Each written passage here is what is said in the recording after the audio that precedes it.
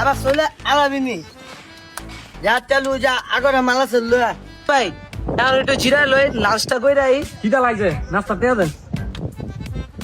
এগারো মাল মাত্র ঘুরাইছি আগরে লয়ে বেড়া কাম শেষ করে তুই খামু একবার বাজ্যা মুগা যা আরেক ঘন্টা কাম করে যামুগা বাসায় তাড়াতাড়ি কর ভাল লাগতেছে না আর 1 ঘন্টা না ভাই উঠেন জায়গা আজকে একটু কম কম করে দিয়ে জায়গা শুরু ভাই আমি এসি পর গেলাম ইনকা ফুসটা বাইরে গেছে ওভার টাইম কিন্তু ভালোটা কামাইতে বুঝিস তাই তুই চিনছস মাথা গরম ফাঁকা দে। কিরে বেলেট এ নিলয় রিয়ে বের আসামির লগে আবার যোগ দিছস আমার লগে তো ভালোই আছিলি। ওই ভাই সব ভাল লাগে বড় ভাই একটা কথা কইবেন না এর কষ্ট কথা লাগে কইলে না। ভালো লাগে না এ রোজের ভিতরে পুইরা সিফটিন বাঙ্গনের কাম করতাছস যে হারে কথা কস মনে হয় রাজার আলে আসস।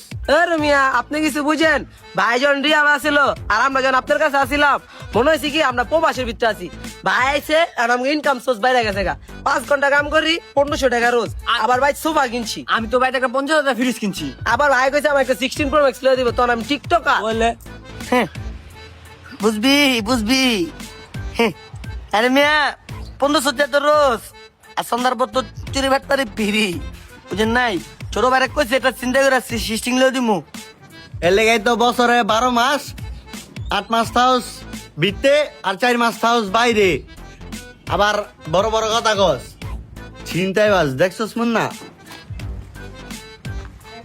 হয়ে গেল গা। দাদা দিল্লি তুই 500 টাকা দাস এটাতে কি সংসার চলে? এ বেটা ভাই আইছি না রিজিক বাইরা যাইব গা বাকি 3 মাস কি জোয়ার চলবো আমারও তো লয়াল।